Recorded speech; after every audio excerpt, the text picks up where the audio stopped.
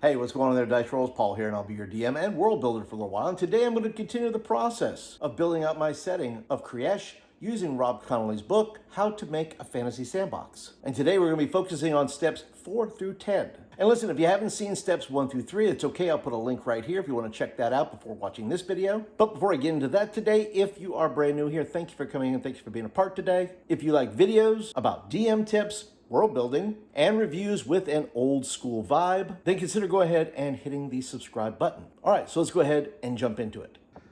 Step 4, pick an area, 200 miles by 150 miles, and I have chosen Guardian Grove, where the witches of the Blackened Earth reside. And the cause of all this trouble began. Now, before we begin, let me say that the purpose of this video is not to tell you how to build your fantasy sandbox. It's only here to show you how I am building my fantasy sandbox, my process for my world. You build yours however you want. I also want to say that I am following the 33 steps Rob provides to build the fantasy sandbox, but I'm using them very loosely as to how I build my world. I'm shooting for feeling real versus realism. If you want more realism in your sandbox, the steps Rob offers will certainly get you there. But for me, I want it to feel real enough so that players feel like they're playing in a fleshed out world. And the last thing I want to share with you before we jump in is I do not math. I am not a math person, but I have done some research, and hopefully you'll understand my math as to how I'm getting to where I'm getting. And math in Paul's world is always right when it comes to building a fantasy sandbox. All right, just kidding about the math. My math is probably off, and like I said, that's okay. We'll work through that together. Now, the whole purpose of doing this, once again, for those that are brand new here, is because I did a zine called The Hex Crawl of Horror, all because I wanted to narrow down the scope of a hex crawl for me. It was far too expansive. I couldn't wrap my brain around it. So I then discovered the hex flower. And I said, well, let's just go ahead and start in a hex flower and expand our way out. And that is how I am working through this process.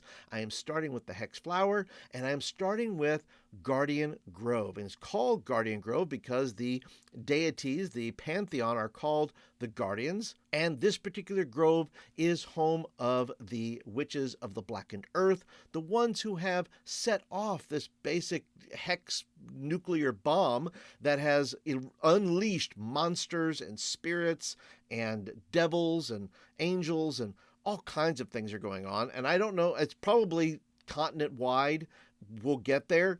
But that's why I'm starting with just this hex. And then I'll move on to the others in other videos. And then they'll become zines as well, because I'll begin to expand the world piece by piece, and it'll show up in a zine. Okay, let's move on here to the steps. Here's step number 4 that we're in right now. Pick an area roughly 200 miles by 150 miles. All right, and to show you how the math works, I went ahead and looked it up on Google. To calculate the area of a circle with a radius of 5 miles, you would use the formula area equals pi times radius. I don't know what the little arrow thing is. 2, where A is the area and R is the radius. In this case, the area would be A equals pi times 5, I guess, little arrow, and 2, 25 pi, or maybe 25 times pi, square miles. Since pi is approximately 3.14, the area would be approximately 78.5 square miles within a 5-mile radius. Now, once again, I'm a visual person, so I went ahead and put my own house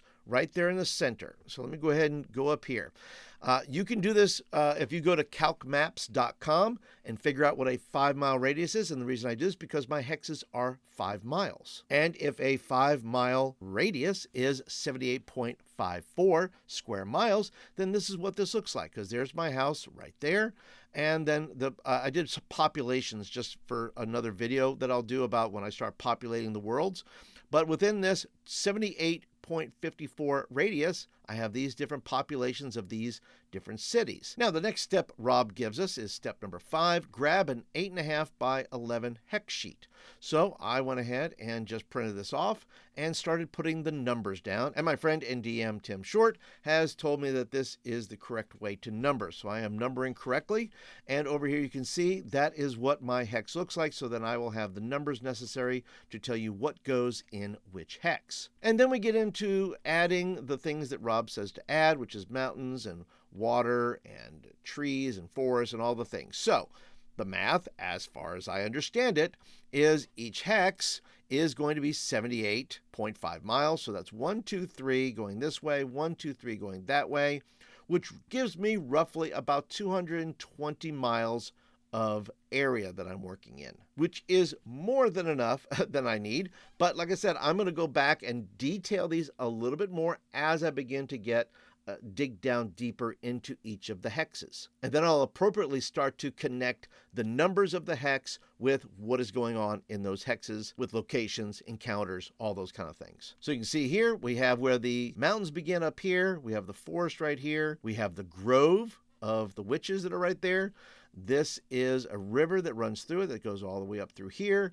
And then we have a lake. Now, I kind of did this in reverse order because then I had already kind of put these things on the map. And now this is what it looks like. Now, in this 150 to 220 mile radius, you have the Aether. That's where that begins. It begins there. It's not all that's there, but that's where kind of the mountains creep into there. Then you have the Vaso Woods that are kind of right on the edge of this. Then you have the Guardian Grove, which is right there. You have Weave Lake, which is in this hex. And then you have the Salus River that flows all the way through the continent. Now, I think I've covered all the steps for today. Let me go back here and double check. Let's see. We have picked an area roughly 200 miles by 150 miles. I have grabbed my 8x5x11 sheet of hex paper. The scale of the hex grid should be such that it represents a 200 by 150 mile region. I think I have done that. I have mountains, I have rivers, hills, using them to divide the region into distinct rivers. I have that on the larger scale. Have not put anything inside the individual hexes yet, but I will. Otherwise, this would be an extremely long video if I did it all in one video. And then also the draw vegetation, swamps, forests, those kind of things. Once again, those things are already kind of there. They're on the fringes. And just like you saw in the map of where my house is, there's lots of little things in there. And I'm going to place other things within those hexes as I dive a little bit deeper, because once again, that is how I'm building my world. And maybe I'm building mine a little faster than maybe most people do in regards to the detail that is there. Because if I get into the minutia of all that, this thing will never get done. I promise. I know me, and I know that these videos would not get made if I spent all the time in the minutia. But trust me, I will go hex by hex, and I will put other things in there that will flesh out that area so that players feel like they're playing